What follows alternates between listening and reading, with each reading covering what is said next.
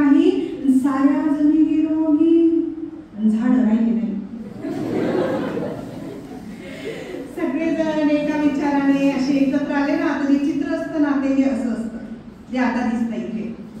तुम्ही सगळे काहीतरी चांगलं ऐकायला आलेला आहात, त्यामुळे माझी जबाबदारी अधिक वाढलेली आहे. या महाविद्यालयात साधारण 8 ते 10 वर्षांपूर्वी मी आले होते आणि त्यानंतर आज येते आहे. आणि आज मी जेव्हा बघते तेव्हा हे महाविद्यालय अधिक समृद्ध झालेलं मला दिसतंय. कारण कोणत्याही संस्था, संघटना किंवा महाविद्यालय, शाळा यांचा मुख्य सुकाणू ज्यांच्या हाती असतो ती माणसं तेवढी सक्षम असतात. आणि आज तुमच्या महाविद्यालयाच्या प्राचार्यपदी जे आमचे सन्मित्र ज्येष्ठ प्राध्यापक गव्हाणे सर आरूढ आहेत, म्हणून म्हटलं की एखाद्या ठिकाणची समृद्धी केव्हा होते तर सुकाणू एखाद्या सक्षम व्यक्तीच्या हाती असतो तेव्हा. तर गव्हाणे सर तुमचं विशेष कौतुक यासाठी, कारण मागच्या वेळी मी आले तो हॉल वेगळा होता आणि हा हॉल अधिक समृद्ध दिसतोय, बोलायला मजा येते वक्त्याला, असं सगळं सुसज्ज असतं की. त्यानंतर मला इथे निमंत्रित करणाऱ्या माझ्याच नावकरी प्राध्यापिका प्रतिभा शिंदे मॅडम, महिषाल शिक्षण मंडळ समन्वयक. त्यानंतर कदम सर इथे बसलेले आहेत, IPSC कोऑर्डिनेटर. बापरे, IPSC कोऑर्डिनेटर म्हणजे प्रचंड भार असणारा माणूस म्हणून मी त्याच्याकडे पाहते आणि विद्वत्ता असणारा माणूस. कारण IPSC कोऑर्डिनेटर कुणालाही बनवता येत नाही सर.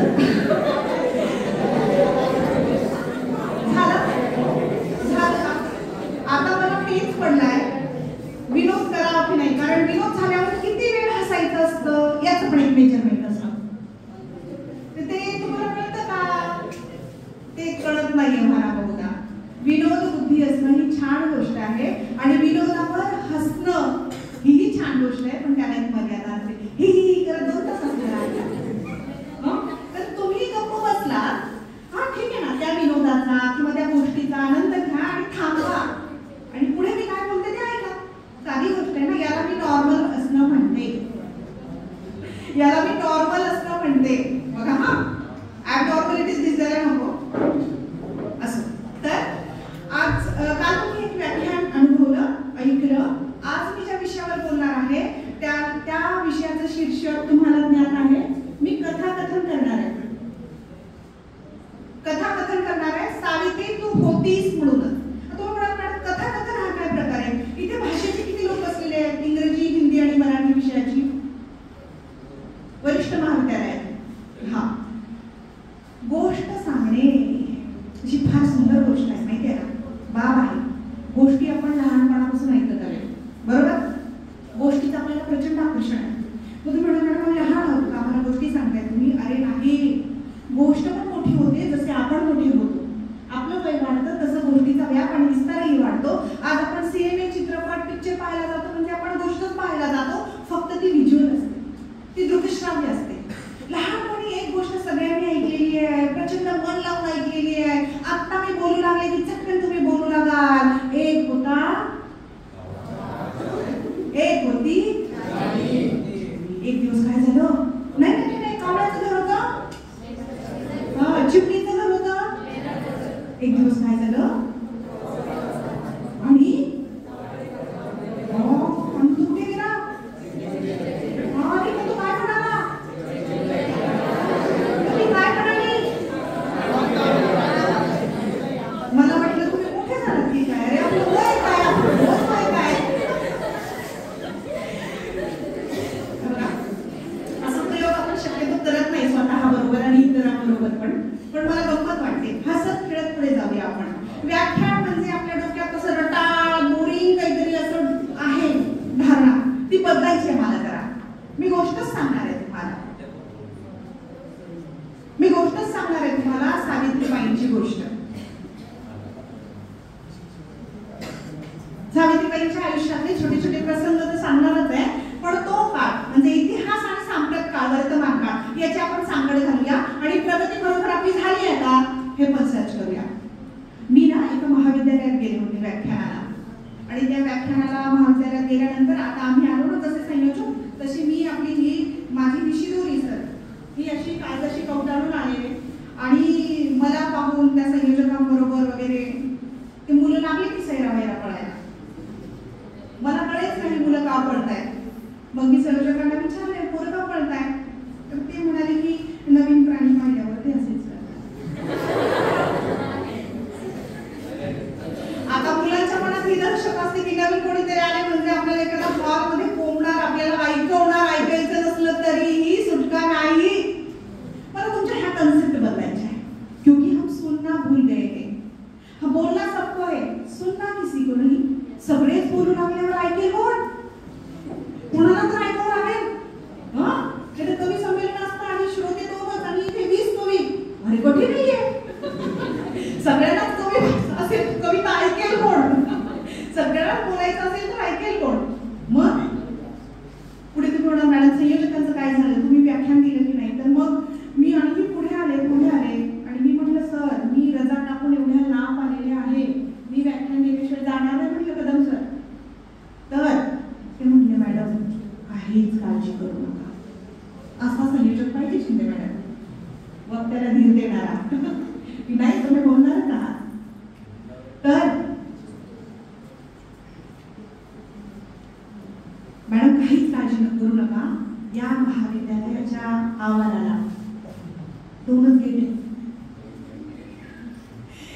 एक गेट आम्ही कडी कुलूप लावून चांगलं बंद केलेलं आहे आणि दुसऱ्या गेट जवळ अशी जाड मूठ चांगली निष्ठपुष्ट प्राध्यापक मंडळी उभी केलेली आहे. पोट्ट्यांना बाहेर जायचंय पण पोट्ट्यांना आम्ही बाहेर जाऊ दिलं नाही. व्याख्यान ही गंमत म्हणून मी सांगितलं असेल बाळांनो, तरी ही गंभीर गोष्ट आहे, लक्षात घ्या. हा करुण विनोद आहे यासाठी की आपण ऐकणं विसरून चाललेलो आहोत. ऐका आणि मग ठरवा ह्या वक्त्याला पुन्हा ऐकायचे की नाही. त्यासाठी तुम्हाला एकदा ऐकावं लागेल ना त्याला. माणसांना भेटा. अरे हा आग्र्याहून आलाय का रे? असं होतं. काही तुझी गव्हाण असते, वेळ असते त्याची 10:37ची वेळ आहे.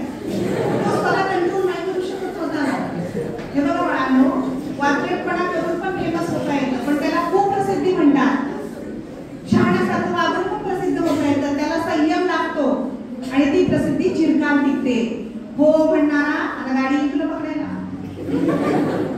तर आजचा जो विषय आहे तो आहे सावित्री तू होतीस म्हणूनच. ज्या कवितेवरून मला हा विषय सुचला ती कविता तुमच्या पुढे ठेवते आणि मग आशयाला हात घालते, विषयाला हात घालते. सावित्री तू होतीस म्हणूनच. सावित्री तू होतीस म्हणूनच स्त्रीची चूल आणि मूल ही चौकट मोडली. सावित्री तू होतीस. सावित्री तू हो बाळा मी म्हातारी आहे. तुझी आई पण म्हातारी होऊ शकते ना, काळजी घ्या. तर सावित्री तू होतीस म्हणून. सावित्री तू होतीस म्हणूनच स्त्रीची चूल आणि मूल ही चौकट मोडली. सावित्री तू होतीस म्हणूनच प्रथांची ही प्रेत तू जमिनीत काढलीस. सावित्री तू होतीस म्हणूनच स्त्रीने प्रत्येक लढाई आजपर्यंत जिंकली आणि सावित्री तू होतीस म्हणूनच शिक्षणाची दारं खुली झाली. सावित्री तू होतीस म्हणूनच शिक्षणाची दारं खुली झाली आणि आज दगडांची ही फुलं झाली. आपण दगडच होतो की कोण विचारत होतं, विशेषतः बायांना, कोणत्या पदप्रक्रियेत होतात का तुम्ही, कोणत्या निर्णय प्रक्रियेत होतात का तुम्ही, तुम्हाला कोण विचारत होतं का. सावित्रीबाई जन्माला आली, पहिली शाळा काढली ज्योतिबाच्या साथीनं आणि सावित्री तू होतीस म्हणून शिक्षणाची दारं खुली झाली आणि आज दगडांची ही फुलं झाली. सावित्री किती अणकार ती रूप वर्णावी तुझी. सावित्री किती अणकार ती रूप वर्णावी तुझी. तू अशी अनंतात पण हृदयांतरी प्रतिमा तुझी. सावित्री तू दिसतेस मला. सावित्री तू दिसतेस मला माझ्या मनाच्या नभात. सावित्री तू भासतेस मला एक मंगल प्रभात. तूच दामिनी, तूच स्वामिनी, तूच कांतान, तूच मानिनी, माऊली तूच पडकली वाकडे. पारतंत्र्यातील स्वातंत्र्यवादिनी, पारतंत्र्यातील स्वातंत्र्यवादिनी. माय सावित्रीला नमन करते आणि माझ्या कथाकथनाला सुरुवात करते. 3 जानेवारी 1831 साताऱ्यातल्या खंडोजी पाटलाच्या घरी नायगावी एक गोरी पाण तरतरी सुंदर नक्षत्रासारखी पोर जन्माला आली. तिचं नाव ठेवलं गोष्ट सांगते 1831 मध्ये आणि पोर जन्माला आली. आणि गावभर खंडोजी पाटलानं साखर वाटली. मला पुन्हा प्रश्न पडतो, आज जर आपण पोळी पोटात मारायला लागलो तर प्रगत कोण? त्यावेळी 1831 मध्ये पोर घरात जन्माला आली म्हणून अख्ख्या गावाला साखर वाटणारे खंडोजी पाटील, की आपण करंटी माणसं जी गर्भ राहिला मुलीचा स्त्री भ्रूण हत्या करतो. आणि इतकी लाडात वाढवली पोर, फार लाडात वाढवली. तिला साऊ म्हणायचे सगळे, प्रेमाने लाडाने. खंडोजी पाटील प्रचंड लाड करायचे. एकदा आठवडे बाजार होता आणि आठवडे बाजारामध्ये ती गेली बाबांकडून पैसे घेऊन आणि येताना खाऊ खात खात येते आहे आणि रस्त्याच्या बाजूला तिला दिसलं एक मोठी गर्दी, कुंडाळ, खूप माणसं आहे आणि त्या गर्दीच्या मधोमध पांढरा शुभ्र जगा घातलेला एक फादर, ख्रिस्ती मिशनरी, आणि त्याच्या हातात अशी बारीक बारीक पुस्तकं आहेत आणि ही पुस्तकं तो सगळ्यांना मोफत वाटतं, फुकट वाटतं. फार गंमत वाटली तिला. अरे रंगीत रंगीत चित्र असलेलं पुस्तक आहे, शिवाय फुकट. आपल्याला फुकट खूप आवडतं. ती एवढीशी होती, 8-9 वर्षाची, 7-8 वर्षाची, आणि तिला वाटलं ते पुस्तक घ्यावं. ती गेली, सगळी गर्दी चिरतमध्ये गेली आणि त्या फादरच्या जागा ओळख म्हणाली, मला पण एक पुस्तक हवंय. आणि फादरला गंमत वाटली, पोरी कोणाला घाबरतच नाही, एवढी गर्दी चिरतमध्ये आली आणि पुस्तक मागतेय. फादरला गंमत वाटली. फादरने तिच्या हातात पुस्तक दिलं. माय असा आनंद झाला सावित्रीला. नाचत कुदत घरी आली. घरी आल्यानंतर कुणाला ती गोष्ट दाखवली, कुणाला नाही असं तिला झालं. आपल्याला होतं की असं नवीन गोष्ट मिळाल्यानंतर कुठे ठेवू आणि कुठे नाही, कुणाला सांगू आणि कुणाला नको, किती सांगू मी सांगू कुणाला. आज आनंदी आनंद झाला. आणि मग ती छोटीशी सावित्री घरी आली आणि घरी तिला अंगणात बाजेवर बसलेले बाबा दिसले आणि बाबांना मोठ्या आनंदाने ओढून ओढून सांगू लागली, बाबा बाबा बघा ना माझ्या हातात काय, ओ बाबा बघा तरी माझ्या हातात काय. बाबांनी एक कटाक्ष तिच्याकडे टाकला. साऊच्या हातात पुस्तक तडपायच्या मस्तकात गेली. पोरीच्या हातात पुस्तक म्हणजे काय? पोरीच्या हातात पुस्तक दिसायला नको. पोरीच्या हातात पुस्तक दिसलं म्हणजे काय होईल? का बरं बाबांना इतका राग आला? एवढंच नाही, पोरीच्या हातात पुस्तक दिसल्यावर चटकन ते उभे राहिले, उठून तिच्या समोर आले, दाम दाम दाम पावलं टाकत तिच्या जवळ आले, जळजळ कटाक्ष तिच्याकडे टाकला, तिच्या हातातलं पुस्तक हिसकावून घेतलं आणि जवळच्या उतरीवर फेकलं आणि तिला म्हणाले, परत अशा वस्तू घरात आणशील तर याद राख, अशा वस्तू वाढायच्या नाहीस, तुझ्या हातात दिसायला नको. खूप रडली माय सावित्री, एवढीशी पोर.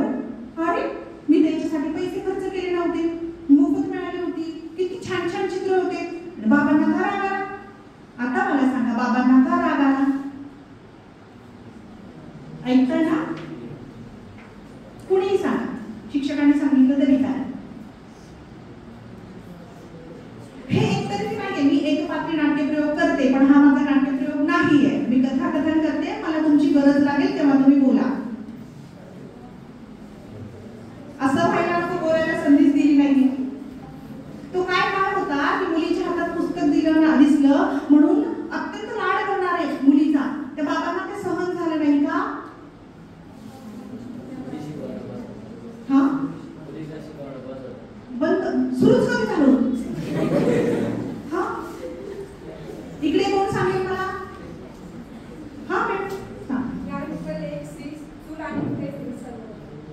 येस बरोबर, पण का अशी धारणा का होती? याचा वापर करणं विसरतोय आपण. सगळ्यांसाठी सांगते मी, इतिहास माहिती नाही तर आपण भविष्य कसं घडवणार, वर्तमानात पाय कसे भक्कम करणार? आपल्याला आपला इतिहास माहिती पाहिजे. मी फार जुनं सांगत नाहीये, मी फक्त 250 वर्षांपूर्वीची गोष्ट सांगते. मी खूप शतकं आधी गेलेली नाहीये. मुलींना किंवा बायांना शिक्षणाची संधी का दिली जात नव्हती? नव्हता का?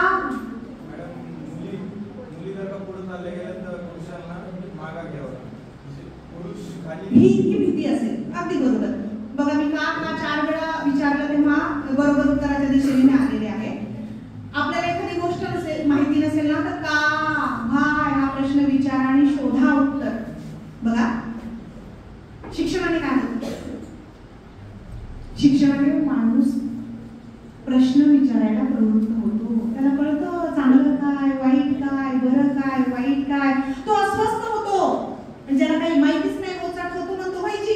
तुम्ही म्हणाल तसं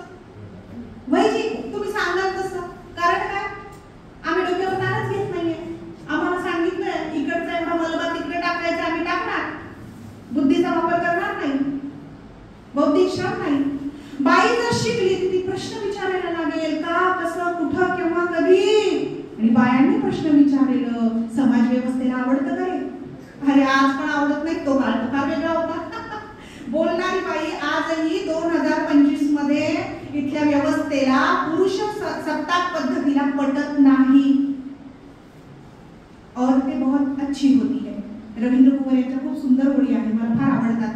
मला यासाठीही ते आवडतात की एका पुरुषानं बाईविषयी लिहिले आहे. इथं बायांचाच जमेना, तो पुरुष बाईविषयी लिहितो म्हणजे मला फार विशेष वाटलं की रवींद्र कुमार म्हणतात, औरतें बहुत अच्छी होती है जब वो हाँ में हाँ मिलाती है. औरतें बहुत अच्छी होती है जब वो हाँ में हाँ मिलाती है. औरतें बहुत बुरी होती है जब वो सोचने लगती है, समझने लगती है और खड़ी होकर बोलने लगती है. बोलणारी बाई कुणालाच आवडत नाही. जी तुम्ही म्हणाल ते बरोबर, ती पूर्व दिशा. तुम्ही पश्चिमेला पूर्व म्हणतात तरी ती पूर्व, ठीक आहे. पण बोलणारी बाई, स्पष्ट बोलणारी बाई, भूमिका असणारी बाई, मत असणारी बाई अजून या व्यवस्थेला रुचलेली, आवडलेली नाहीये. तर तो काळ असा होता, बाई जागृत होईल, मग ती काय करेल, तिची चौकट भेटून देईल ना, चूल आणि मूलची, रांधा आणि उष्टीकरणाची. आणि आम्हाला आमचं वर्चस्व कसं काय सिद्ध करता येईल? तुम्हाला माहितीये, आपण या पितृसत्ताक पद्धतीत जगतो आहोत अजूनही. बाई किती उच्च विद्या विभूषित झाली, किती उच्च पदस्थ झाली, तरी तिला ही चौकट अजूनही जाचते आहे, टाचते आहे. आदरणीय गव्हाणे सर, मी एकांगी बोलणार नाही. पुरुषसत्ताक पद्धती म्हणजे स्त्रीवादी पुरुषच अधिक आहे तिथे, असं डोकावून पाहिलं तर आपण महिला कल्याणाचा विचार मांडणारे इथं महान थोर पुरुष होऊन गेले. महात्मा फुले, कर्वे, रानडे, डॉक्टर बाबासाहेब आंबेडकर, राजाराम मोहन रॉय यांनी सतीची चाल बंद केली. अरे तो लॉर्ड बेंटिंग कोण कुठला होता, आपला रक्तनाथाचा होता का? त्याने पण सतीची चाल बंद करायला तो पुढे आला होता. म्हणजे लक्षात आलं का, मी एकांगी बोलत नाही, बोलणार नाही. स्त्रीवादी असणं या पुरुषही असतात आणि महिला कल्याणाची कामं आधी पुरुषांनी केली, आपण इतिहासाकडून पाहिलं तर. आणि मग ही सगळी कारणं होती का ते एवढ्याशा सावित्रीच्या हातातलं पुस्तक बाबांनी उकिरड्यावर फेकवली. खूप रडली भीती, पुस्तक तिला मिळणार नव्हतं. आपण एक अलीकडे प्रकाश मुलं इमोशनल ब्लॅकमेल. तिला वाटलं मी आज जेवणारच नाही, मी जेवले नाही तर बाबा म्हणतील उठव माय, पुस्तक पाहिजे घेऊन ये. जेवली. बाबा, तिचे बाबा होते ते, तिचेच बाबा होते ते. आणि मग ते बाबा काही म्हणले नाही, पण तिचा जीव सगळ्या कुठे अडकलेला, पुस्तकामध्ये. तिला पुस्तक फक्त समोर दिसत होतं. या बाईचं आणि पुस्तकाचं काय नातं असेल? ओचा ठोक माहित नाही, गिरवता येत नाही, बोलता येत नाहीये, काय नाही. तिला फक्त ते पुस्तक असं काळजाजवळ कवटाळायचं होतं, मन भरून त्या सुंदर तो सुगंध आत घ्यायचा होता आणि त्याच्या कवरवरून, त्याच्या मुखपृष्ठावरून असा हात फिरवायचा होता. किती माफक अपेक्षा होती, पण त्या व्यवस्थेने तिला ती पण परवानगी दिली नाही. बघा, म्हणजे असंही म्हटलं जायचं, बाई जर शिकली आणि तिच्या नवरा जेवायला बसला तर त्याच्या ताटात आळ्या बडबडते, अन्नाच्या आळ्या होती. नाही हो, आम्ही शिकलो, काय नाही होत तसं.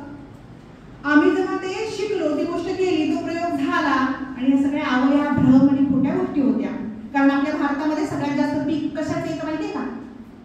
कसलं पीक येतं आपल्या भारतात सगळ्यात जास्त? ज्वारी, बाजरी, तांदूळ, मका, अफवा.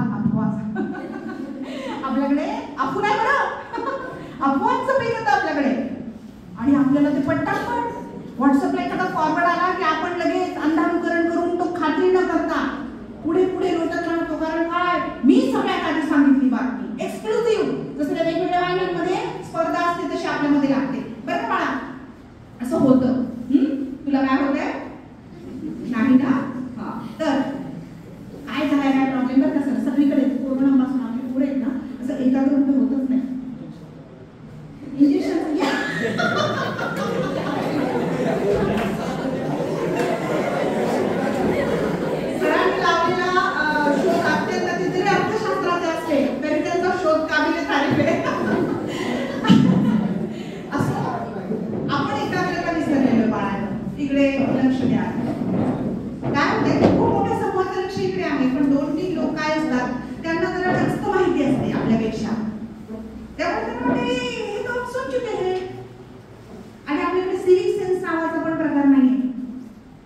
सिव्हिक सेन्स हा पण एक प्रकार नाही. आपण सामूहिक कार्यक्रम ऐकतो तेव्हा आपण काय जबाबदारी असली पाहिजे. आपण एखाद्या नाट्यगृहात जातो, सिनेमा थिएटरमध्ये जातो आणि आपल्या रिंगटोन मोठमोठ्याने वाजत असतात. खूप छोट्या गोष्टी आपल्याला सिव्हिक सेन्सच नाहीये. मी येईन कदाचित त्याच्यात, पण कुणीतरी सांगितल्यावर आपण सुधारणा करायला पाहिजे. असो, तर आपण पुढे जाऊया. ती पोरगी सवंगड्यांसोबत गेली आमराईत खेळता खेळता, आणि आमराईत खेळता खेळता तिचं लक्ष गेलं एका झाडाकडे. त्या झाडावर सुंदरसं घरटं होतं पक्षाने, आणि टाचा उंचावून तिने पाहिलं त्या घरट्यात पांढरी शुभ्र अंडी होती. तिला गंमत वाटली. ती एक तर त्या अंड्यांकडे पाहते. अंड्यांकडे पाहण्यावर काय झालं माहितीये? त्या अंड्यांच्या बाजूला एक काळा कभिन्न नाग, विषारी नाग फणा उभारून आहे. ती अंडी खाण्याच्या बेतात.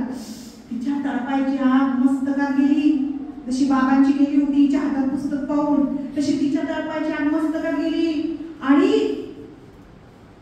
जवळ असलेला दगड तिनं उचलला आणि धरला, त्या नागावर मारून फेकला. नाग चौतरला, सळसळत तिच्या दिशेनं खाली आला, तिच्या जवळ आला, पायाजवळ येऊ लागला. आणि काय, सगळ्या सवंगड्यांचं तिच्याकडे लक्ष गेलं. आता सावला नाग चावणार. सगळ्या पोरांनी धूम ठोकली गावाकडं, आणि सावू तिथे एकटी आणि तो नाग, त्या पक्ष्यांची अंडी आणि त्या सगळ्या वातावरणात तिच्या जवळ जसा तो येऊ लागला तसं काय करावं तिला भान राहिलं नाही. जवळच एक लाकडाचा दांडा पडला होता, तो तिनं उचलला.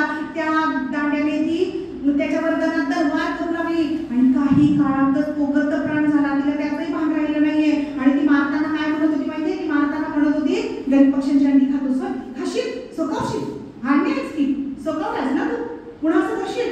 आणि तो नाग मरून पडलेला. आणि मग गलगल ऐकू आली का, तर सगळी गावावरची ती गावाची मुलं गेली होती ना गावात, ती आपल्या आई वडिलांना घेऊन आली. त्यात खंडोजी पाटील पण होते. सगळे आले. तिचा गरड चढणीचा अवतार, तिने खुरलेले केस, परकराचा उचा खोचलेला आणि हातात दांडका, आणि बापरे तो नाग मरून पडलेला. अवाक, आश्चर्यचकित. म्हणजे आपण म्हणत होतो की नाग तिला चावणार, तर तिनेच नागाला मारून टाकले. खंडोजी पाटलांचे डोळे तर विस्पारलेले राहिले. ओठाने ते काही बोलले नाही, शब्दाने काही बोलले नाही ते, पण त्यांचे डोळे सांगत होते ही पोर काहीतरी येगळी आहे बरं का. ही पोर साधी सुधी नाहीये. बाळाचे पाय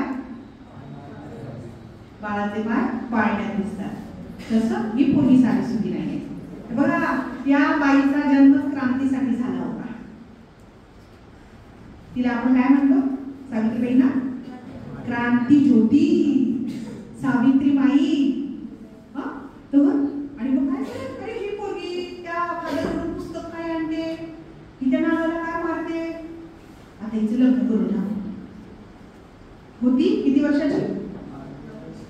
आपल्याला बघा, ढोबळमानाने सगळ्या गोष्टी माहिती असतात, बऱ्याच बारीक गोष्टी माहिती असतात. जर तुम्हाला हे पूर्ण चरित्र माहिती असेल, पूर्ण कथा माहिती असेल, तर मला सांगा, मी थांबते. माहिती आहे का? नाही. बरं, मग पुढे सांग. तर सावित्रीबाईचं वयाच्या 8व्या वर्षी लग्न. हो, त्यावेळी लवकर लग्न व्हायचं, पण किती त्या काळाच्या मानाने गोडनवरी होती. 8-9 वर्षाची पोरगी, तो विचार करा, बायकोवर किती अत्याचार होते. आणि तो तिच्यापेक्षा वयाने मोठा असणार. आता ज्योतिबा होते 12 वर्षाचे आणि सावित्रीबाई होत्या 8 वर्षाच्या. 8 वर्षाच्या सावित्रीबाईंचं गोऱ्यांच्या ज्योतिबांबरोबर लग्न ठरलं. आणि मग लग्नाचा दिवस उजाडला. सुंदरसा शाली दिसली होती, छोटीशी सावली. आणि मग निघाली सासरी. लग्न पार पडलं, निघाली सासरी. ज्योतिबांना शिक्षणाची फार आवड होती का? निघाली सासरी जाताना ते सांगायचं राहिलं की तुम्हाला. मग त्या दिवशी रात्री तिच्या डोळ्यासमोर ते पुस्तक फिरत होतं. सगळे झोपी गेले. हळूच सावली उठली. घराचा मुख्य दरवाजा उघडला. अंगणात आली. अंगणातून कुठे गेली? उकिरड्याच्या दिशेने गेली. मातीच होती तिथे सगळी. त्या मातीतून पुस्तक उचललं, झाडझडप केली, परकराच्या ओच्यात लपवलं. घरात आली गपचूप, मुख्य दरवाजा लावला आणि अडगळ शोधली. अडगळ माहिती आहे? पूर्वी पाचटाची लाकडाची घरं असायची, कौलाची छपरं असायची, कुठेतरी अडगळ असायची, पेट्या, संदुका, तिजोऱ्या काही नसायच्या. महत्वाची कागदपत्र अशी खोचून ठेवली जायची.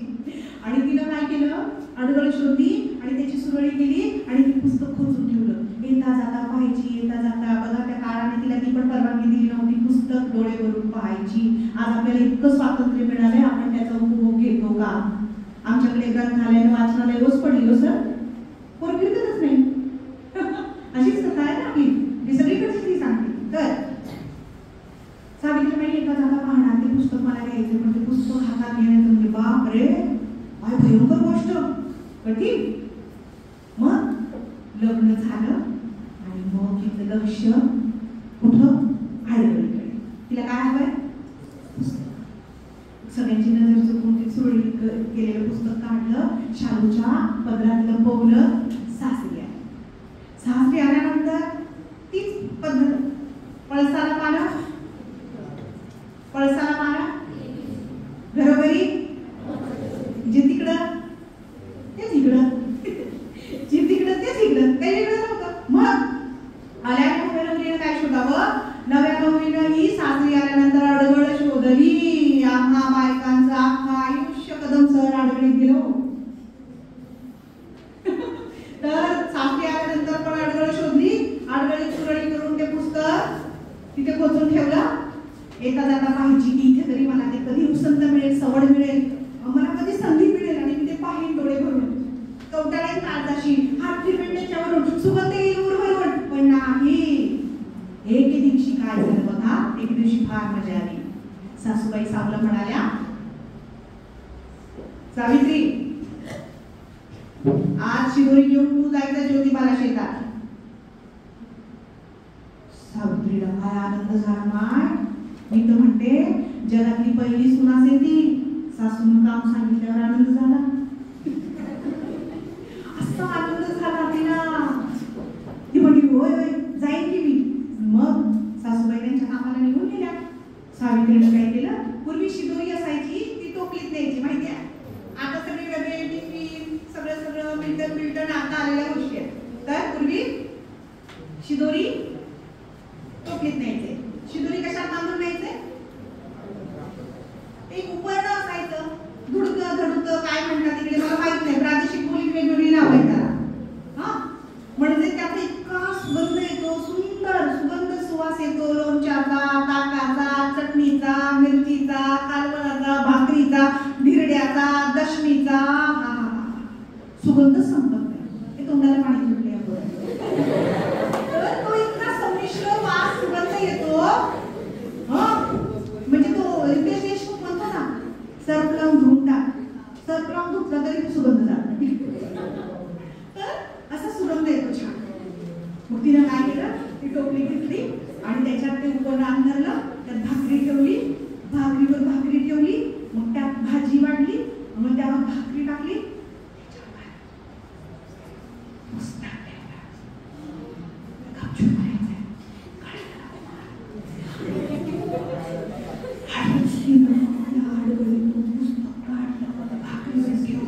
त्याच्यावर पुन्हा भाकरी ठेवली. अरे फिरी फिरी मंडळ, ऍब्सेंट माइंडेड. ऍब्सेंट माइंड म्हणजे काय माहिती का? पाहुण्यांना सोडवायला स्टेशनवर पाहुणे जागेवर हा बसून गेला एक तशी मंडळी मागं बसली की त्याशी भानातच नाही. काय करू काय? अरे स्थिर व्हा कुठं तरी, अशा का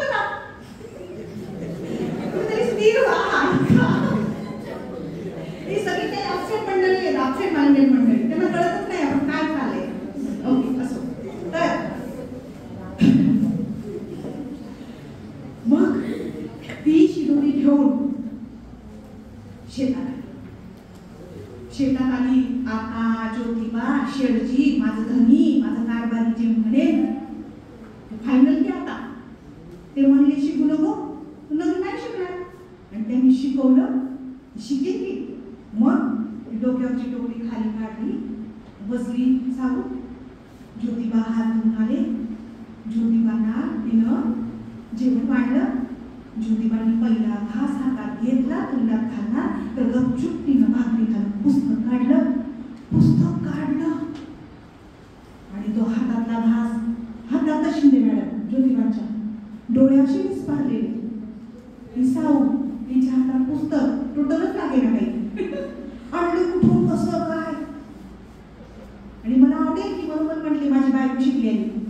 ज्योतिबाच्या हातात घास तसाच आणि विस्पारलेल्या डोळ्यांनी त्यांनी तिला विचारलं, साऊ अगं तुझ्या हातात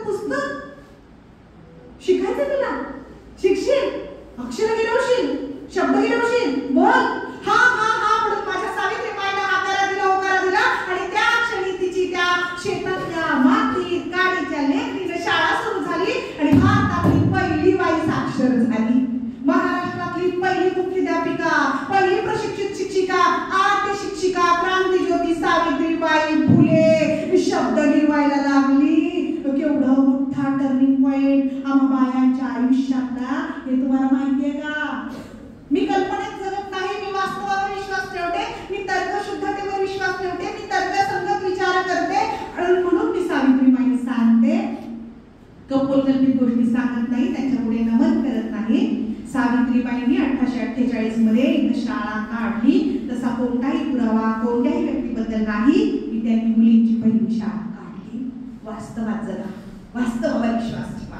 तर सावित्रीबाई शिकू लागल्या. काय हुरूपाला जगण्यात मजा येते बघा. हवी ती गोष्ट मिळते. सृजन जेव्हा आयुष्यात येतं तेव्हा त्या आयुष्याचा सोहळा होतो. आणि ते घिसापिटा वही चल रहा है, तेच रुटीन आहे, जगण्यात काही मजा आहे का हो? मला तर हे वाक्य खूप आवडतं. आयुष्यात आव्हानं आहे म्हणून जगण्यात गंमत आहे. आयुष्यात आव्हानं आहे म्हणून जगण्यात गंमत आहे, मजा आहे. आव्हानं संपली की जगण्यातली मजा निघून जाईल ना. तर सावित्रीबाई शिकल्या, पण शिकलेल्या माणसाला मी म्हटलं ना की हे भान येतं, प्रश्न विचारण्याचं भान येतं.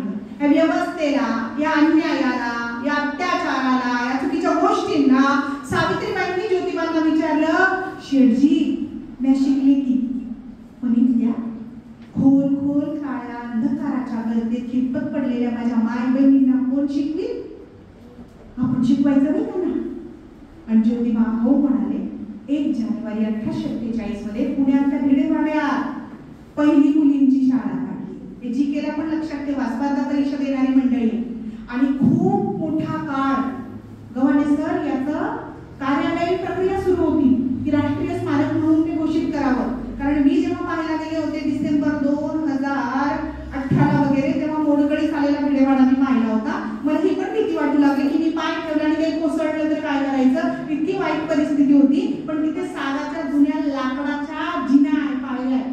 वरती जाऊन पाहण्याचं माझं दलित झालं नाही, पण त्या पायऱ्यांना मी हात लावला आणि त्याची धूळ माथ्यावर लावली. कारण कधीतरी सावित्रीबाईंचे पाय त्या पायऱ्यांना लागले होते, ज्योतिबांचे पाय त्या पायऱ्यांना लागले होते, फातिमाबाईंचे पाय त्या पायऱ्यांना लागले होते, लवजी वस्तादांचे पाय त्या पायऱ्यांना लागले होते आणि मुक्ता साळवेचे पाय त्या पायऱ्यांना लागले होते. तिथून घरी आले तेव्हा फार स्वस्त होते. आणि आता एक 3 वर्षांपूर्वी राष्ट्रीय स्मारक म्हणून त्याला जाहीर केलेलं आहे. आणि त्याची डागडुजी आता सुरू आहे. तुमच्या सहली सुद्धा तिथे जाऊ शकतात. आता तुम्ही बघू शकता पहिली मुलींची शाळा. आमच्या उत्थानाला, आमच्या प्रगतीला, आमच्या उत्कर्षाला कुठून सुरुवात झाली ते स्थळ, ते ठिकाण तुम्ही पाहिलं पाहिजे. तुम्ही पाहिलंच पाहिजे. इतिहास विसरून चालणार नाही आपल्याला, जो आपल्या प्रगतीला हातभार लावतो. असो, 1 जानेवारी 1848 मध्ये पुण्यातल्या भिडेवाड्यात मुलींची शाळा सुरू झाली. तुम्हाला वाटलं मॅडम एका मिनिटात एका सेकंदात सांगताय, इतकं सोपं नव्हतं ते. प्रचंड हाल अपेक्षा यातना सहन कराव्या लागल्या. सावित्रीबाई रोज शाळेत मुलींना शिकवायला जायच्या, तेव्हा त्यांना अत्यंत घाणेरड्या शिव्या, मातेचा मारा. हे तुम्ही आता प्राथमिक शाळेत भाषणं केली आहेत ना, सावित्रीबाईंच्या जयंतीला, पुण्यतिथीला, महात्मा फुलेंच्या.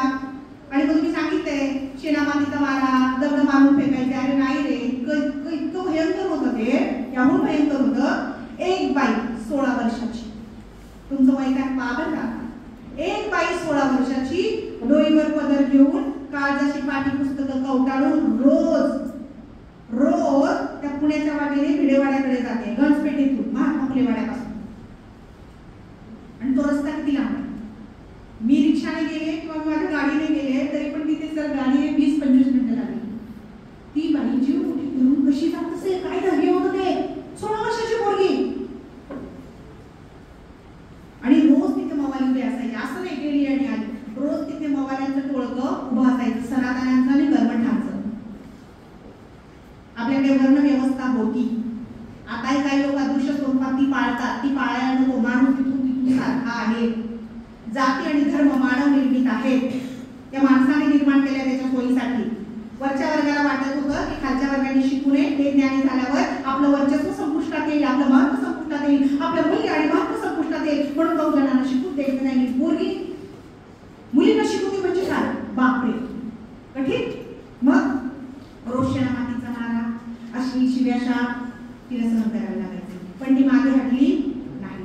त्या दिवशी डोईवर पदर घेऊन सावित्रीबाई चालली आहे आणि एक धटिंगण त्यांना मागून आवाज देतो, ए बाई माग फिर. सावित्रीबाई कसं बसली.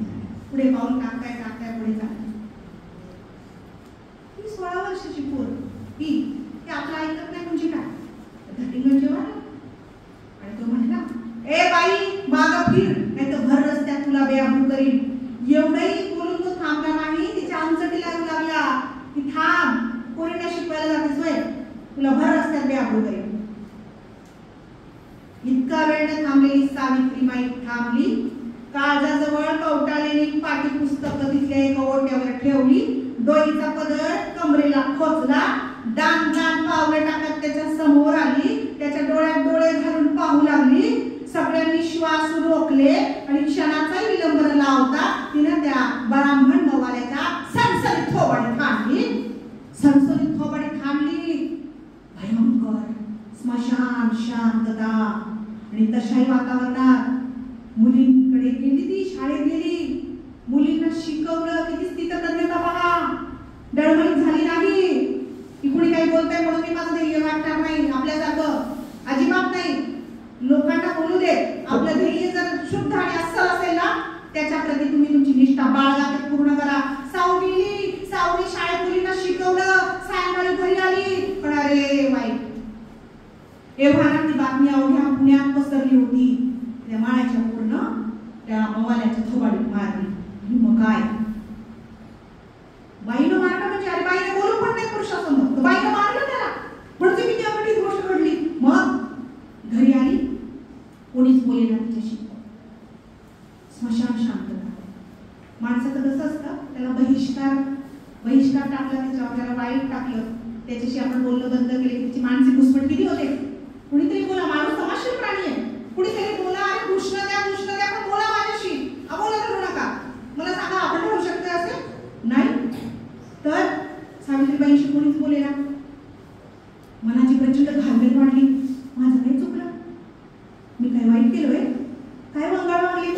आमच्याकडे येत होता तो मवाली, दिली की त्याच्या सणसणीत थोबाडीत. स्वतःचा शील वाचवू नये वय मग. आणि तो कोण लागून चाललाय मला अडवणारा. मग हे तिचं बरोबर सुरू आहे. आपापसात घरात कोणीच बोले ना तिच्याशी. बापरे, भयंकर तणावात आलेली एवढीशी सावित्री, 16 वर्षाची. आणि मग तो अंधार चिरत एक हात तिच्या खांद्यावर आला.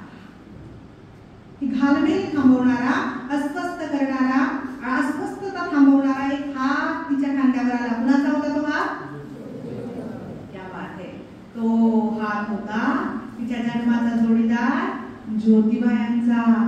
शेडजींचा हात. ती त्यांना शेडजी म्हणायची आणि ती तिला बाई म्हणायची. बघा किती सहजीवनाचं सुंदर उदाहरण आहे. एकमेकाविषयी आदर आणि आऊजाऊ घालायचं ते तिला. आपल्याकडे नवऱ्याला आऊजाऊ घालायची पद्धत आहे. आदराचं स्थान दोघांना. मला वाटतं आदर, रिस्पेक्ट अशी गोष्ट आहे. Give and take. त्याच्याकडे असं म्हटल्यानंतर उत्तरच येते ना. तुम्ही पेराल ते उगवेल, बरोबर आहे. तुम्ही चांगलं पेराल तर चांगलं होणार आहे. ओके. तर ती अस्वस्थता थांबवणारा एक हात तिच्या खांद्यावर आला आणि त्या हाताबरोबर एक सुंदर वाक्य तिच्या कानावर पडलं. मला वाटतं ते जगातलं सगळ्यात सुंदर वाक्य असावं. एका पुरुषानं एका बाईसाठी उच्चारलेलं, एका नवऱ्यानं एका बायकोसाठी उच्चारलेलं. काय वाक्य होतं माहितीये तुम्हाला? ते काय वाक्य होतं माहितीये? ज्योतिबा काय म्हणाले? ज्योतिबा म्हणाले, अशीच वाघासारखी जग, वाघासारखी. काय भारी आहे. त्या काळामध्ये आपल्या बायको बरोबर खंबीरपणे उभं राहणारा तिचा नवरा पती फार दुर्मिळ उदाहरण उचलली बरं. आणि जेव्हा बायकोच्या बरोबर तिचा नवरा खंबीरपणे उभा राहतो, तिच्या निर्णयाबरोबर, तिच्या मताबरोबर, अख्खं जग आडवं गेलं ना, बाईला परवा नसते त्याची. जोडीदार बरोबर उभा असेल तर मग काय, जोमाने नेटानं ते काम सुरू झालं. आणि तुम्हाला माहितीये, ज्योतिबांना घरचे सारखे आग्रह करायचे दुसरं लग्न कर. ज्योतिबा आणि सावित्रीबाईंना अपत्य होतं का? मूल होतं माहितीये? काय माहिती होतं? ज्योतिबा आणि सावित्रीबाईंना अपत्य होतं का? होतं. कोण? अरे सावित्रीबाईंना मुलबाळ होत नव्हतं म्हणून ज्योतिबांच्या घरचे मागे लागले, दुसरं लग्न कर. काय सोपं होत आहे आता म्हणून बघा. तर ज्योतिबांच्या सारखे मागे लागले. 8 वेळा, 10 वेळा, 20, 25 वेळा तेच होऊ लागलं. तेव्हा ज्योतिबा वैतागून म्हणाले, ठीक आहे, तुमचं म्हणणं आहे ना, तुम्हाला नातवंड पाहिजे आणि दुसरं लग्न करू, दुसऱ्या अपत्यासाठी ठीक आहे, दुसरं लग्न करू. पण त्याआधी आम्हा दोघांची वैद्यकीय तपासणी करून घेऊ, मेडिकल चेकअप. बघा ना, ही माणसं प्रचंड दृष्टी होती, काळाच्या पुढे मान आहे म्हणून ही थोर. मेडिकल चेकअप, आणि जर त्या मेडिकल चेकअप मध्ये असं आढळलं की दोष सावित्रीत आहे तर मी दुसरं लग्न करतो. पण जर असं आढळलं की दोष माझ्यात आहे, चांगला नवरदेव पाहून तिचं लग्न लावून देतो ना. त्या काळाला हे बसण्यासारखं होतं का घरच्यांना? नाही. त्या दिवसापासून घरचे कधीच त्यांना म्हणाले नाही दुसरं लग्न कर. प्रेम असं असावं बाळांनो, नितांत. स्वतःच्या स्वार्थापोटी सोयीचं नसावं. आता तुमचं तारुण्याचं वय आहे, फुलपाखरी मोरपंखी प्रेम याला म्हणतात. किती सुंदर संकल्पना आहे प्रेमाची. तर सावित्रीबाई एकदा शाळेतून आल्या, पण शाळेत येण्यापूर्वी त्र्यंबक भट वगैरे सगळी मंडळी त्यांच्या घरी येऊन गेलेली आणि गोविंदरावांना म्हणाले, तुझ्या सुनेनं आणि पोरानं ही काही पोरींना शिकवायची थेरं लावली ना ती बंद कर, नाही तर तुला वाईट टाकतो. गोविंदराव गोरे जुने विचारांचे. वाईट टाकणं किंवा बहिष्कार टाकणं माणसांना रुचण्यासारखं नसतं. आणि मग गोविंदराव गोरे म्हणाले, काही काळजी करू नका, आज ते आले का दोघी मी त्यांना सांगतो. आणि त्याच्या दारातच सायंकाळी आले दोघी जण जोडीने आणि दारातच उभे. गोविंदराव म्हणाले, तिथंच थांबा, आज तुमच्याकडे 2 पर्याय ठेवतो, त्यातला एक पर्याय निवडायचा. ते म्हणाले, मुलींना शिकवायचं असेल, शाळा चालवायची असेल तर या क्षणी घर सोडायचं, नाही तर समाजकार्य सोडायचं, तरच घरात यायचं. काय केलं असेल त्यांनी? ते घर सोडलं. स्वतःच्या संसारावर त्यांनी तुळशीपत्र ठेवलं, नेसत्या वस्त्रांशी घराबाहेर पडले. उस्मान शेखनी गंजपेठेमध्ये त्यांना राहायला निवारा दिला. महात्मा फुलेवाडा मुस्लिम वस्तीत आहे, गंजपेठेत आहे, तुम्ही जाऊन पहा. सोमवारी जाऊ नका, सोमवारी सुट्टी असते. महात्मा फुलेंची समाधी आहे तिथं. दलितांसाठी जी विहीर खुली करून दिली होती ती तिथं आहे. महात्मा फुलेंचं ओरिजिनल तैलचित्र तिथं आहे. त्यांचं स्वयंपाक खोली तुम्हाला पाहायला मिळते, सगळ्यांसाठी खुली आहे, तिकीट काही नाहीये. स्वयंपाक खोली पाहायला मिळते, त्यांचं पूर्ण घर पाहायला मिळतं. त्या स्वयंपाक खोलीला कधीतरी पोतरले सावित्री माहिती, म्हणजे मी तिकडे गेले मला टचकन डोळ्यात पाणी झालं असतं. तो हौद पिऊन नव्हता, विहीर होती विहीर. इतिहास लिहिणाऱ्यांनी पण कसा बुद्धिभ्रम केलेला आहे आपल्या लक्षात घ्या, बुद्धिभेद केलाय. हौद म्हणजे वरतून पाणी वाढतात आणि कुणीतरी घेतं, अजिबात नाही. जर ते जातपात मानतच नव्हते तर हौदात पाणी कशाला काढून देतील? त्यांनी ते काय आहे त्यांची आडत मोकळी करून दिली होती, घ्या हवं तेवढं पाणी, आम्ही त्यातलंच पिकवून तुम्ही त्यातलंच पाणी घ्या. बघा, खूप बारीक बारीक गोष्टी असतात, आपण गांभीर्याने त्याच्याकडे पाहिलं पाहिजे. तर महात्मा फुलेवाडा गंजपेठेत आहे. उस्मान शेखने त्यांना आसरा दिला आणि तिथे त्यांनी त्यांचं नवीन घर बांधलं वगैरे वगैरे. तर घराबाहेर पडले, चंद्रमौळी झोपडीत संसार सुरू झाला. एके दिवशी सकाळी गेलेले ज्योतिबा दुपारी आले तर पाहताय तर काय जुन्या गोधडीला, तुम्हाला माहिती आहे सावित्रीबाईंवर अशी ही वेळ आली होती की गोधड्या शिवून त्यांनी दिवस काढले लोकांच्या. खूप सुखी आणि चांगली संपत्ती असलेल्या, परिस्थिती असलेल्या कुटुंबात होत्या, पण केवळ समाजसेवेसाठी त्या बाहेर पडल्या, शिक्षणासाठी मुलींच्या. गोधड्या शिवून दिवस काढले.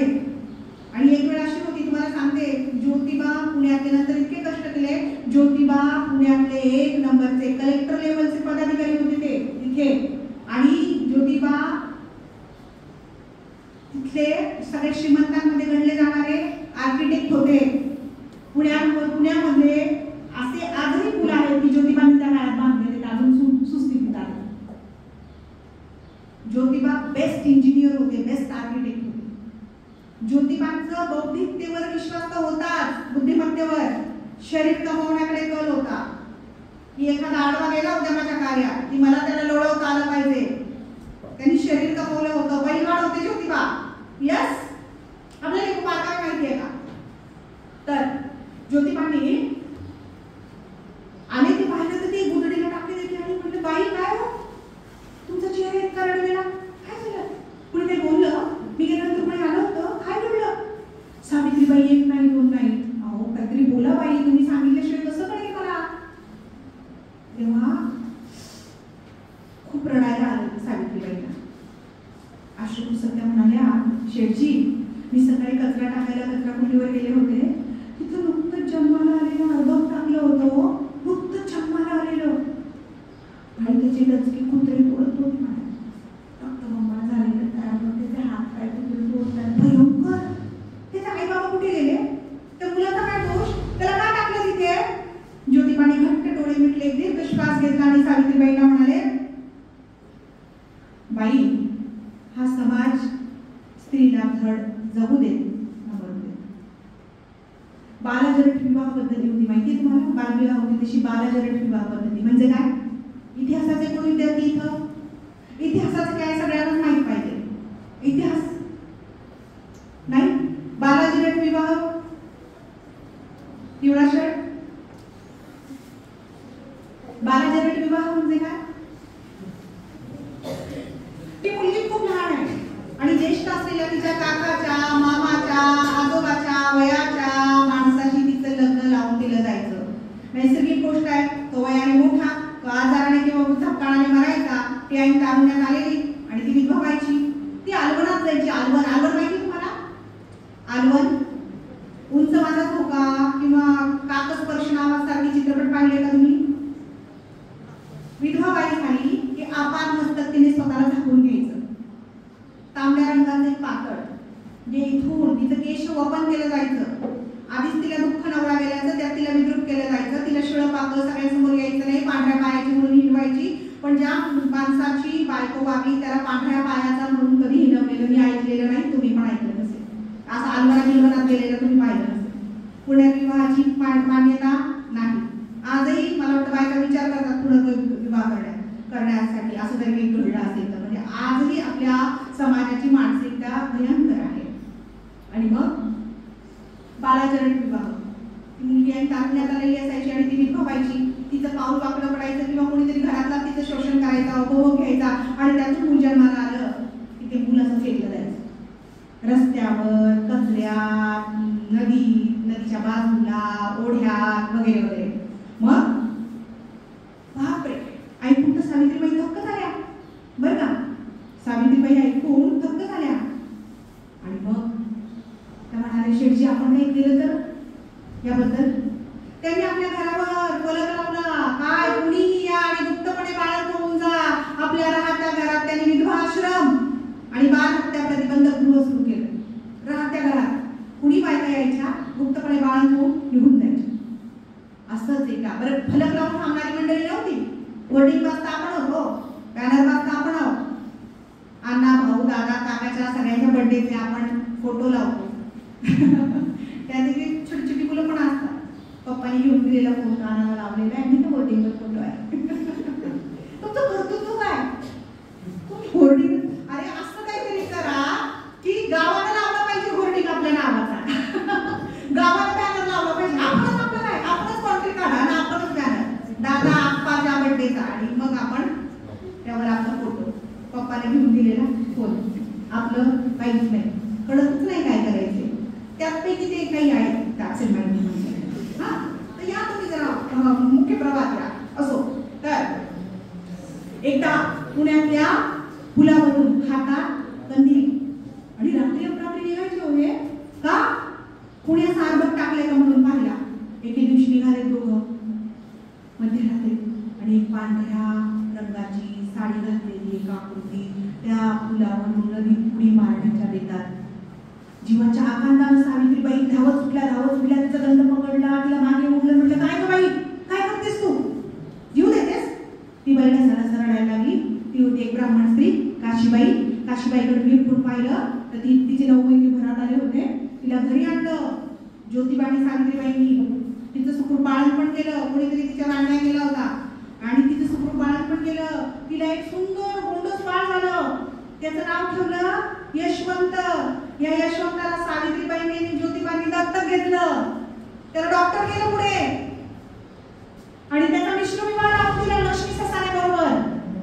सगळ्या प्रकारची समता प्रस्थापित करायची असेल तर मिश्र विवाह होणं काळाची गरज आहे. डॉक्टर बाबासाहेब आंबेडकर यांचं वाक्य आहे. पण आम्हाला इथं ऑनर केलं होतं. आम्हाला आमच्या जाती धर्माची प्रतिष्ठा मागेच मिळते. म्हणजे त्या मुलीने जर परधर्मात किंवा परजातीत लग्न केलं तर आपली प्रतिष्ठा जाते, इज्जत जाते. मग तुम्ही त्या व्यक्तीचा खून करता, तुमची प्रतिष्ठा वाढते.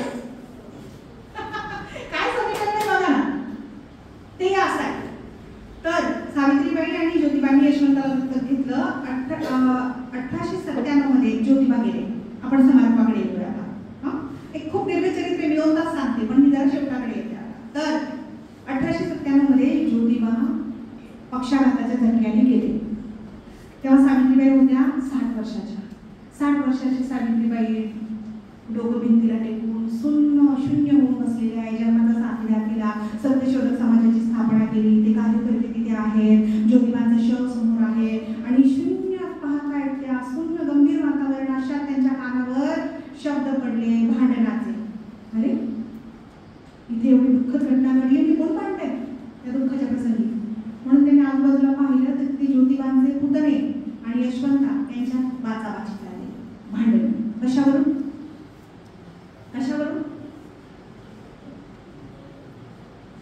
हिंदू धर्मात अशी एक पद्धत होती की मेलेल्या व्यक्तीच्या, मृत व्यक्तीच्या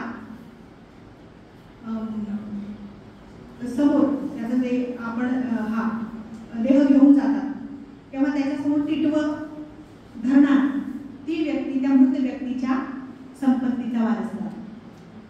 मग टिटवं कोण धरेल याच्यावर भांडण झाली. त्याला लक्षात टिटवं म्हणजे काय?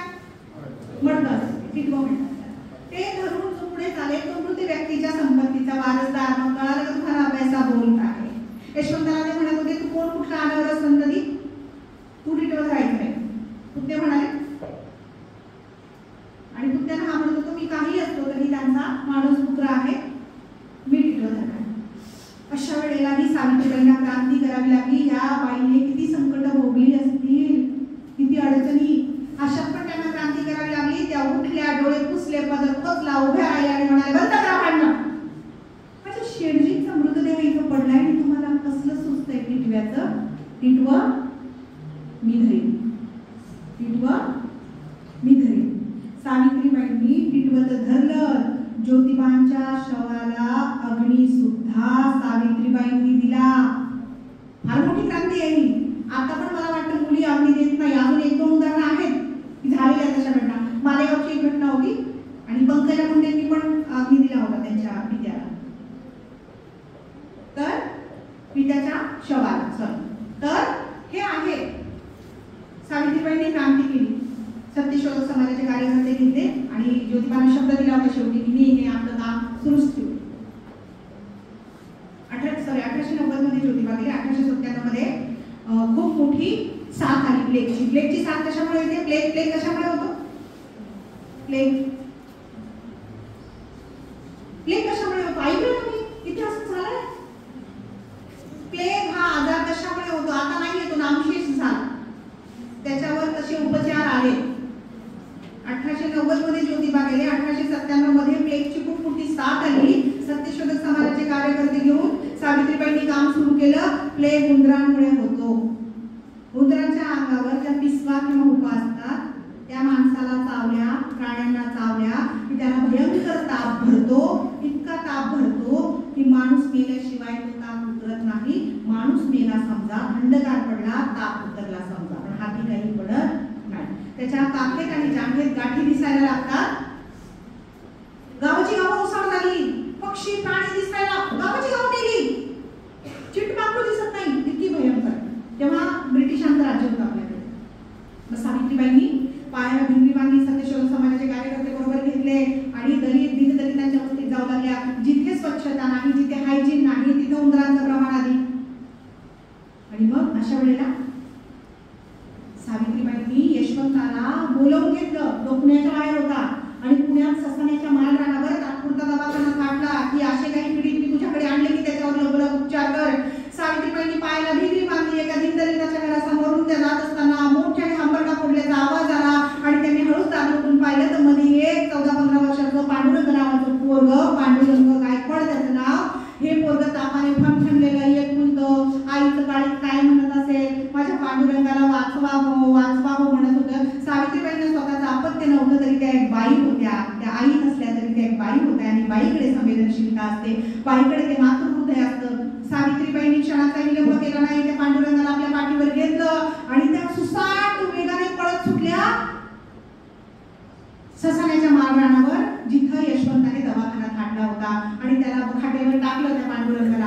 आणि पांडुरंगावर यशवंताने लगोलग इलाज केला. पांडुरंग वाचला. हाय रे दुर्दैव, सावित्रीबाईंना त्याला पाठीवरून आणताना प्लेगची लागण झाली.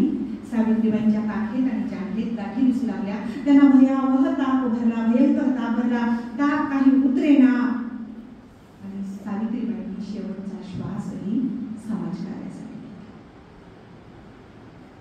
माणसं असेपर्यंत आपल्याला त्यांची किंमत वाटत नाही आणि माणसं गेल्यानंतर आपल्याला त्यांचं महत्व कळू लागतं. पण नंतर रडून ओरडून काही उपयोग नाही. त्याला अरण्य रुदन म्हणतात. सावित्रीबाई असेपर्यंत त्यांना त्रासच दिला, जातच केला. आणि आज सावित्रीबाई फुले पुणे विद्यापीठ हे नाव सावित्रीबाईंच्या नावाने आहे. आणि सावित्रीबाईंचा एक खूप भला मोठा पुतळा तिथं मुख्य प्रांगणात लावलेला आहे. कधी गेला तर पहा पुतळ्याच्या डोळ्यात डोळे घालून. मी सायंकाळी गेले होते एकदा, तेव्हा पाहिलं सावित्रीबाईंची डोळे प्रचंड जादुई भासत होते मला. सावित्रीबाईंचा अवघा प्रवास म्हणजे काव्यात्मक प्रवास आहे. ज्या पुण्याने दगड मारली त्याच पुण्याने आज त्या विद्यापीठाला नाव आहे सावित्रीबाईंचं. आणि त्या पुण्यात आज त्यांचा भला प्रवाहाच्या विरुद्ध जाणाऱ्यांना सगळ्यांना त्रास सहनच करावा लागतो. तुमचा निश्चय असला पाहिजे. तुम्ही मागे हटले तर समोरच्यांचा जय होतो. नाही, एकदा रणांगणात उतरलं तर होऊनच जाऊ दे ही विजिगिषा असली पाहिजे. ती सावित्रीबाई आणि ज्योतिबांची होती. तर असा आहे एकंदर हा सावित्रीबाईंचा प्रवास. सावित्रीबाई सांगताना ज्योतिबाई येतातच, त्यात अविभाज्य आहे, ते वेगळं करताच येत नाही. आणखी विस्तृत सांगता आलं पाहिजे पण बराच वेळ झालाय, मी ते थांबेल. फक्त जाता जाता सावित्रीबाईंनी सुरुवात केली होती आणि हंबन वासराले ही आईचीच कविता तुमच्या पुढे ठेवते आणि मग थांबते. चालेल? चष्मा लावते विलंदर कोण असतात आपल्याला. मी तर करते सर, असे भारी अनुभव येतात ना. पण नंतर शेवटी येतात ते ट्रॅकवर बरोबर आणि काहीतरी चांगलं सांगतायत बरं. आपण ना सुप्रीमोच्या भूमिकेतून जरा बाहेर, मला सगळं येतं, मीच लई भारी आहे, मी श्रेष्ठ, या जरा भ्रमातून बाहेर पडणं गरजेचं असतं. सगळ्यांनीच, लहान मोठ्या, कुणाला काही माहित नाही, मला पण काही माहित नाही. मी पण शिकते, आजन्म माणूस शिकत असतो. मला सगळं माहिती आहे या भूमिकेतून बाहेर. आणि शेवटी काय होतं आयुष्याच्या शेवटी कचरा होतो आपला, काहीच करू शकत नाही आपण, सगळं येतं या भूमिकेतून असो. तर मी आता हंबरडे वासराळे चाटते जवादाय ही कविता म्हणते आणि थांबते.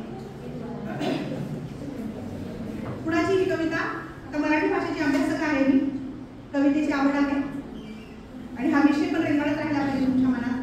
मी गेल्यावर कविता तुमच्या पुढे ठेवते. समाधान पाचपोळ यांची कविता आहे ही.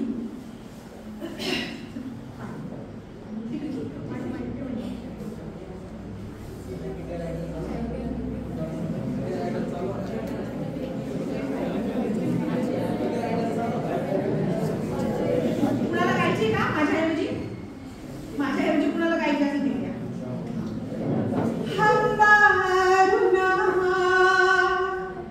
हंबारुण वासराले चाटते जवांग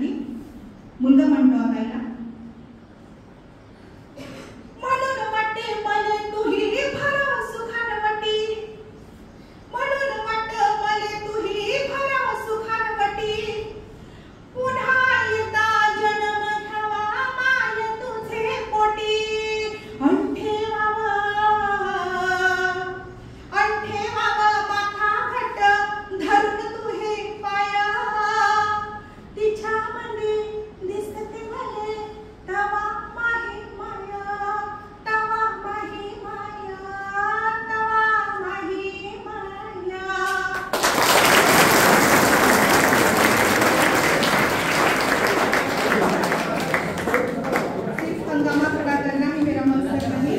मेरी कोशिश है कि सूरत बदलनी चाहिए। आप तेरे सीने में आ सही, मेरे सीने में सही, हो कहीं भी मगर आग जलनी चाहिए, ये सूरत बदलनी चाहिए। धन्यवाद।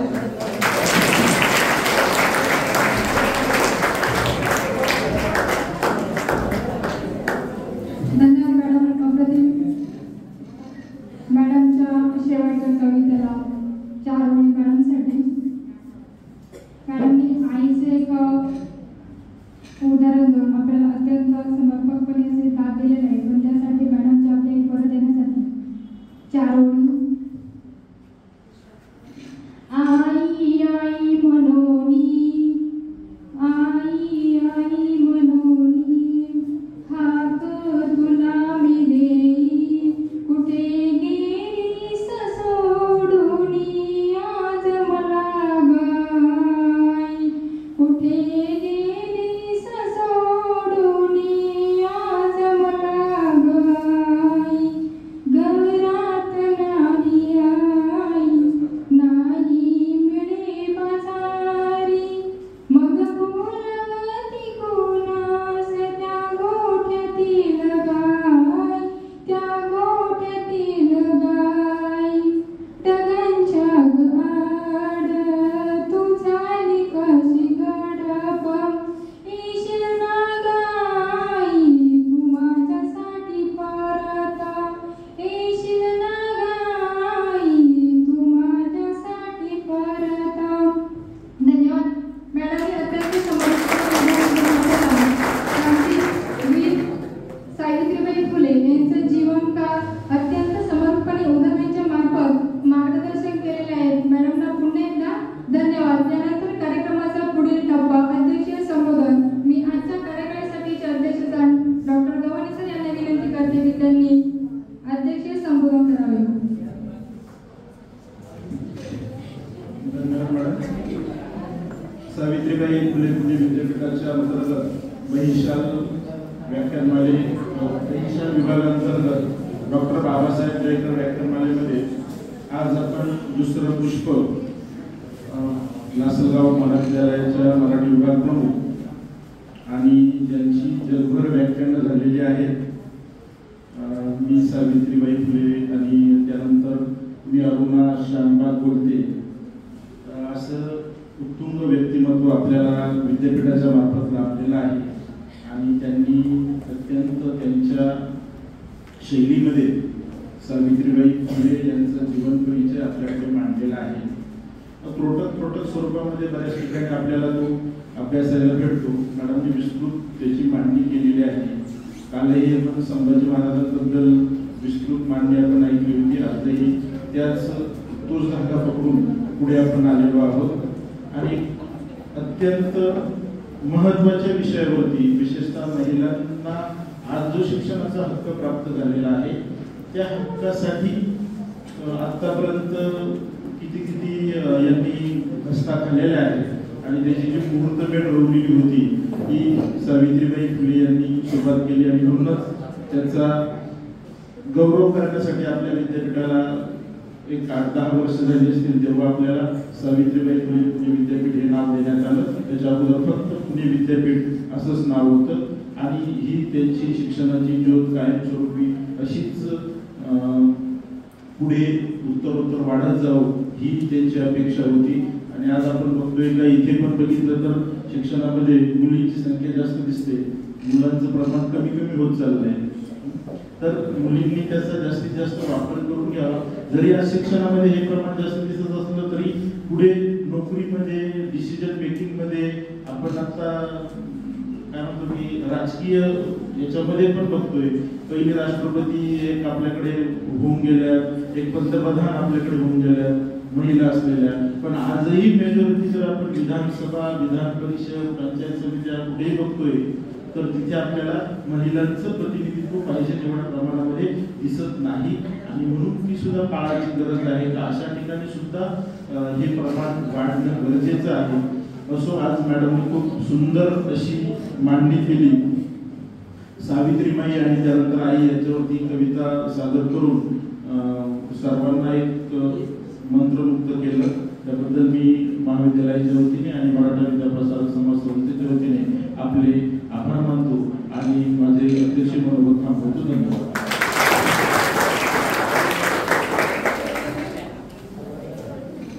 धन्यवाद सर.